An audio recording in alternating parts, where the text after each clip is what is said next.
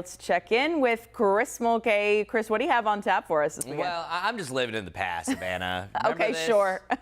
80 degrees. It was so nice. I usually don't like to do this, but the 60s today isn't too bad, even though you can already see what the day is going to look like. Pretty overcast and mostly cloudy skies, maybe some bright spots from time to time. Sunrise time 6:37. I only point that out because tomorrow it's going to be around 7:38, so keep that in mind.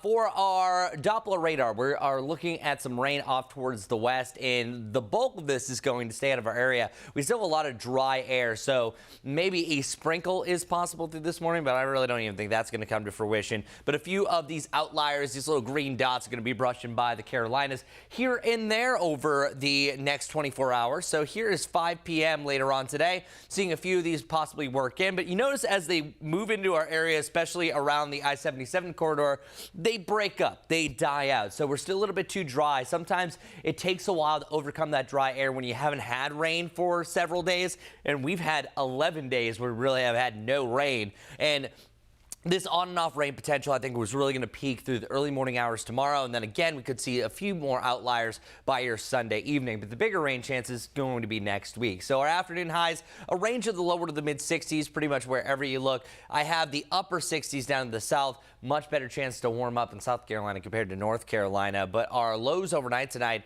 are going to drop down into the lower 50s. 62 degrees so far is the low for this morning. For today, we, of course, are going to hit our low a little backwards fashion before we hit midnight a little bit later on, where we should be back down to the 50s. And then the next 5 days up and down through the 40s, but not really looking at any freezing temperatures. 7 days as far as how our normals go. Seeing these blue bars starting to pop back up. That's Monday into Tuesday into Friday. These are going to be driven by cold fronts. So one cold front's already moved through. That stripped us from the 70s to 80 degrees to where we are now. But then here comes our next rain chance. This stationary front moves back in. See this area of pink? This is 1 a.m. on Tuesday. So our next rain chance is late on Monday. Scattered rain moving in.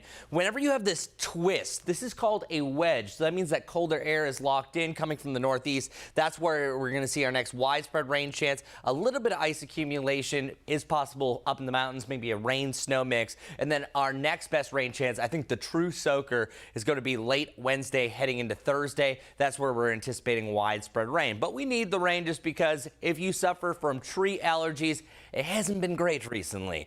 10.2, that's going to be at a high for today, but then it slowly comes down as temperatures are on their way down and we have that chance for rain. 7-day forecast as a whole, identical high temperatures the next couple of days, 50s on Monday, back above normal Wednesday and Thursday.